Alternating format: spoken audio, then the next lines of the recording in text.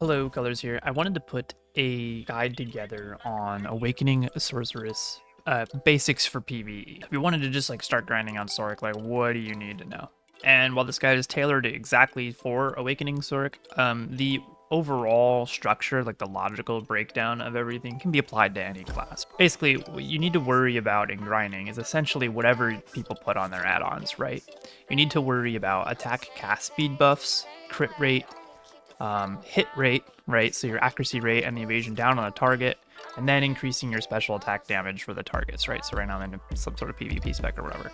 But if I switch over to my DSR spec, you can see that I've got AP against monsters, I've got cast speed, crit damage and back attack damage, DP down, crit rate up, and then back attack and crit hit damage on another thing, right? So these are the main core things that you want to look for, not necessarily in your add-ons, but in your kit. So in Awakening Sorceress specifically, there are a couple different things that give you crit rate, right? Stinger gives you 40% crit rate, but so does Rushing Crow. So if you Rushing Crow, you also get 40% crit rate. Additionally, and I just know this, is that Violation gives magic DP minus 20 on hits, as is only when it's off cooldown. Turnback Slash gives the target a minus evasion rate. Swirling gives accuracy up.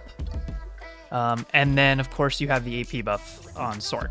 So if I have 15 shards, for instance, and I press Q, I get 10 AP, but if I have more shards and then I use the second part of Violation, it will go up to 20 AP, and then if I charge Grim, it will also go up to 30 AP, and this is where it stops. So if I cast Violation again, you'll see it just refreshes that 30 AP buff. So in PvE, in general, oh yeah, and the other final thing to remember is that Soul Harvest gives 10% attack speed. And in Awakening Sorceress, for Awakening Sorceress, you have to use Shift Q for this 10% because the Claws of Darkness cast speed only is 5% and gets overwritten by the 10%, but you cannot refresh any or the 10% attack speed with it anymore. So PvE is all about maintaining your crit buffs, your cast speed buffs, your accuracy buffs if they're relevant for the zone, and then of course your AP buff on Sorc. Okay, now that we know the basics of keeping up buffs and debuffs on our targets, we can start to think about combos to do things efficiently, right? I'm not going to break down all of the damage in the kit, but I will share with you the sort of general combo that I use when I go places, and so if I'm just at Olens and I'm just looping through abilities, what I do. So if it's a pack-to-pack place or even at Olens, I'll do Rushing Crow, and then Leap, TBS, Shift Q. If I need the hit from Dead Hunt, I will do one hit of Dead Hunt.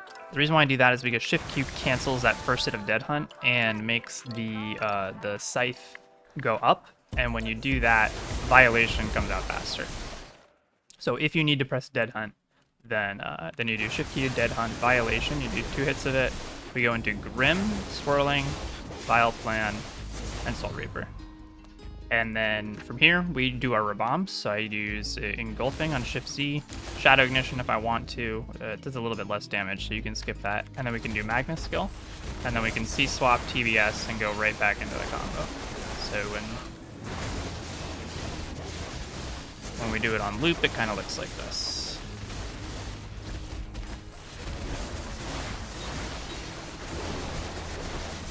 And you can see me also casting blades there. Shift Q cancels TBS cancels the animation for blades. So when you TBS, you can do blades and then Shift Q if you want for a little bit of extra damage. I don't think they do a lot of damage in PvE, so I wouldn't worry about it. You can also sort of skip the cancels on TBS if you want, right? TBS usually has a long animation like that, but if you leap beforehand and then do TBS, it will cancel its animation. You can also do it after iframes. And then if you're in your main hand stance and you're like doing an action, you can't just be standing here and press C. You have to like be in the middle of an animation of some sort. But if you're doing like this and you C swap, then you can also get into TBS like that very quickly. So that's how you do, you know, one at a dead hunt if you want, or you can go straight into the bio. Violation, right, normally has a short cooldown. There are like a bunch of different violation cancels that might be relevant to what you're doing. So in most of the end game zones, you're not really going pack to pack super quick, but in a lot of the lower end zones, you're jumping from pack to pack a lot. Like, and Sorc is notoriously bad at it, but they've been good, or they've been doing a good job of like buffing the stamina on it, where like it's not on violation specifically, where it's like not the worst. But the point is that there's a bunch of things that cancel into violation. So if you're not going to do that loopable combo and you're going to revolve around using violation like off cooldown to kill all of the mobs, you can use a bunch of different cancels. So if you just do like a side attack and then do violation, it will speed it up. I would recommend not doing that, but if you do like Grim, you could do like Grim side attack violation, right? That can come out super fast if you have all of your cast speed up. Shift Q cancels violation. Soul Harvest cancels violation. Rushing Crow cancels violation speed. What is it? Swirling cancels your violation speed. Vile Plan does. So if you go like Grim into Vile Plan, you can get a faster violation out. And then Soul Reaper also cancels into violation, so you can violation after Soul Reaper. What this means is that the Sorc combo is really flexible in that if you want to take my combo, right, and you know you do either your pre-buff combo, after this first violation, you can do anything in any order you want. You can do Grim, Vile Plan, and then do Soul Reaper, and then do Swirling. Like, it all just sort of flows together, and you can sort of weave in violations in between as you see fit. From a pack-to-pack standpoint, this means that you can also constantly, or like something like Hexe Sanctuary for Awakening Sorceress, where you're just constantly hitting mobs. You would do something like, you know, Rushing Crow, Violation, and then do I think now you have to weave in Grim a little bit, but you can basically keep up your add-ons by using Dead Hunt and Violation off cooldown, and then like Shift Q and Rushing Crow, because they all just cancel in, right? Now, I think nowadays you probably want to weave in like a Grim, because they just buff the Grim damage a lot. But in a place where you're constantly fighting, you can just spam Violation like this.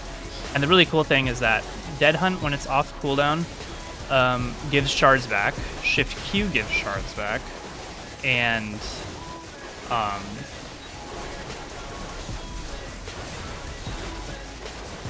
yeah, Dead Hunt off cooldown and Shift Q give shards back. So you can actually just sit here forever and Violation. Now, if you throw in the Grim, that's going to use 10 more shards, you might run out of shards eventually, you know. You can throw in Soul Reapers and Swirlings as you like as well, because everything, again, just flows into Violation. And so I wish they would buff Violation again. It used to do max damage off cooldown, so you could, you know, just Beyblade your way to victory. But if you're in like a continuous place, or a place where you have to do continuous like damage like that, that's a good way to manage that. Also, Leap cancels TBS, or cancels Violation as well. So if you want to get to a pack and just and you know you have all your buffs up and you just want to get to a pack and do it. And that's basically it for the basics of Sorc.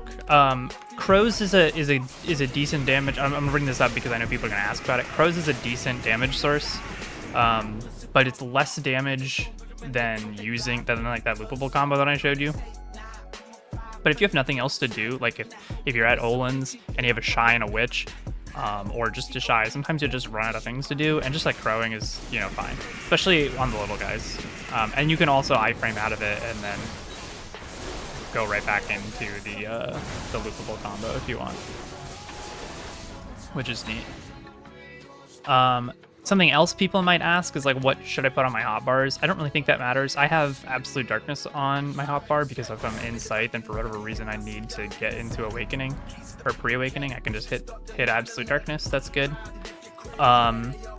Another ability that I don't use very frequently in Awakening, but in PvE anyway, but I should, is actually Sinister Omen.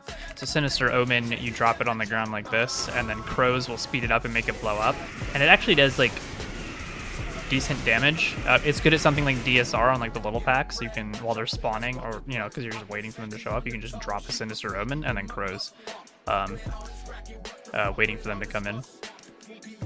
Another ability you could put on your hotbar is Dark Tendrils and Magnus, because yeah, you can do Downy, but like if you're in Scythe and you, for whatever reason, have everything in Scythe on cooldown, you don't want to like Violation, or like you don't want to use your bombs to get back to your pre-awake, or you don't want to like Stinger and get back to your pre-awake, you can just use your Magnus to get you back in a pre-awake, and that will also give you shards back if you want to keep going, if you think you're like low on shards, to continuously use Violation.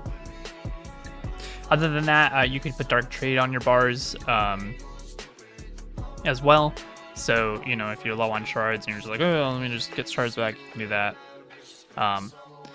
And then the other thing that you could put on your bars would be Soul Reaper. So that way, if you're in pre-awake and you're like, I just want to get to my scythe, you can just hit this and then get back to your regularly scheduled grind session. Magnus, Caps Lock, boom. Just like that. I don't really use it, so it's not on my bars by default, but on grinding. But yeah, I think that's about it. There are like a couple other things that I'll mention. Because Sorc has a 40% crit rate on Stinger and Rushing Crow, you have a 70% crit rate through like your buffs that you can provide for yourself, and then if you have 5% crit rate, you get 18% crit rate. So by default, Sorc has 88% chance to crit, and most of its abilities have either 25 or higher percent chance to crit, like Swirling 25. Karshan's Nightmare always crits in PvE. Grim always crits. Soul Reaper always crits. Violation does not always crit. So this is one of those abilities where, or I'm sorry, it has a 50% crit off cooldown, but if you use it when it's on cooldown, then it doesn't have any crit on it. Dead Hunt has no crit. Soul Harvest, wherever that is on here, has no crit on it. So there are a couple abilities that would benefit from crit, but largely the kit has all of the crit rate it needs. You might, I don't really use like Instant DoD and Bloody Calamity, but they have crit on them. Regardless, I do have crit rate for like my PvE Reforged Stones in my things. I think that's like a marginal thing, up to you. So if when you do get Sovereign Weapons, it's up to you if you want to put crit rate on them. Some of these like grind zones need a lot of DP, so if you wanted to like remove crit rate and add DR, that would be like a good way to have something that's not only good in PvE, but that actually would be useful in PvP. Although crit rate might be useful in PvP as well. So, but I won't talk about PvP here. Now that you know like the combos or like the sort of things that you'll be doing, you can sort of make add-ons for the playstyle you sort of like. So I have these add-ons specifically for DSR because my DSR combo is to leap in, do my pre-buff combo, right? So I will have crit rate, DP, AP, cast speed, and then I'll have crit rate, back attack damage, all before my Violation goes off. So I have all my add-ons up before Violation goes off. I don't need any accuracy, right? If you needed accuracy, you would put accuracy somewhere in here, or you would put it on like Violation or something. And then once they, then once these add-ons are gone, right? The big guy is dead, the little guys spawn, and then I use crows, which gives me add-ons that are good for those little guys. And then I do, you know, my pre-buff combo Violation, Soul Reaper, and then I have my back attack hit damage up for the beginning of the next guy. So this is the way that I loop through all of my add-ons, and you can sort of think through what you might want to do for the place that you're at. In general, these add-ons are okay. But they wouldn't work in like that sort of constant damage scenario where you're relying on violation to do like most of your damage, right? Like I wouldn't recommend those add-ons for something that's constantly violationing like that. Violating? I guess violating is the right term. In terms of crystals, right, just get as much AP as you can, forehead. There are some places that have CC, and you'll have to look up guides or something in like the Monster Zone tutorial that will tell you whether or not they have CC or not. But it's a good idea to have like not like, you know, one of each of these crystals, and then like 2 of the 25%, you know, ignore KD, ignore knockback, and ignore stun resist for like Crypt, Ash Forest, and Thornwood. Sork is not very good at Thornwood though, in my opinion. I haven't been able to do very well there. Okay, now that we know how to grind, more or less, how do you know where to grind? And of course, you can always stop by my stream, twitch.tv/hi_I'm_colors. Or what I highly recommend is making a Garmoth account. So if you go to garmoth.com, you can make an account, log in, and there's this gear planner section in the there's this gear planner section, and what you can do is create your PvE build with your PvE crystals, your PvE buffs. You can put it all together right here, and then you can go to the Monster Zone AP cap, and it will tell you whether or not you are over the cap, under the cap, if it's like you're okay to grind there. If, you know, over the AP cap, wasted potential, and you can use this in combination with the global grind tracker. This will look a little different for you because unless you pay for it, I pay for Garmoth, but you can look at the grind tracker to get an idea of like what is the best zone for me to be at for the AP that I'm at. So you can, these like AP ranges sort of give you an idea,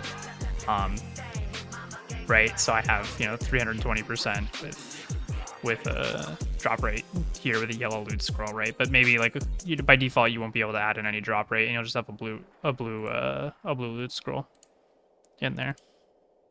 But I highly recommend doing that. It's gonna help you. Figure out where you should grind, and then additionally there is a PvE damage calculator in here. So if you want to take your PvE builds and you want to say, hey, you know what if I don't have all out attack yet, but I do have one.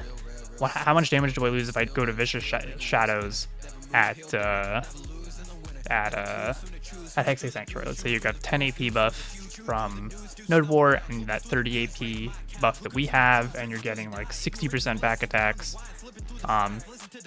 You can scroll down, go to like Cyclops, and you're gonna be like, okay, so I lose like a 1% damage if I run Vicious Shadows at Cyclops instead of all out attack. There's a lot of things like this that are like super nice. And of course, obviously, I'm using the wrong draft for Cyclops, but you get the point. Is that you can go in here and you can compare builds from one each other in order to like theory craft like what's the best spot for, or what's the best gear or setup for what you have in a certain spot. And so I use this site all the time. It has tons of other useful things too. If you have the $3 a month to spare, I would recommend it. But I understand I'm privileged, so yeah. Okay, that's it from me. I don't know if I covered everything, but if you have any questions, let me know in the comments. I'll do my best to answer as many of them as I can that, you know, I think makes sense to answer. And of course, I'm streaming over on my Twitch. Check it in the description if you want a quick link to that. If you have any other questions, and then if you have any other like suggestions or like comments, you want like a guide for a certain zone, I can sort of tell you how much trash like you can sort of get. I can do a few hours at a location and test that for you, so let me know. Thanks.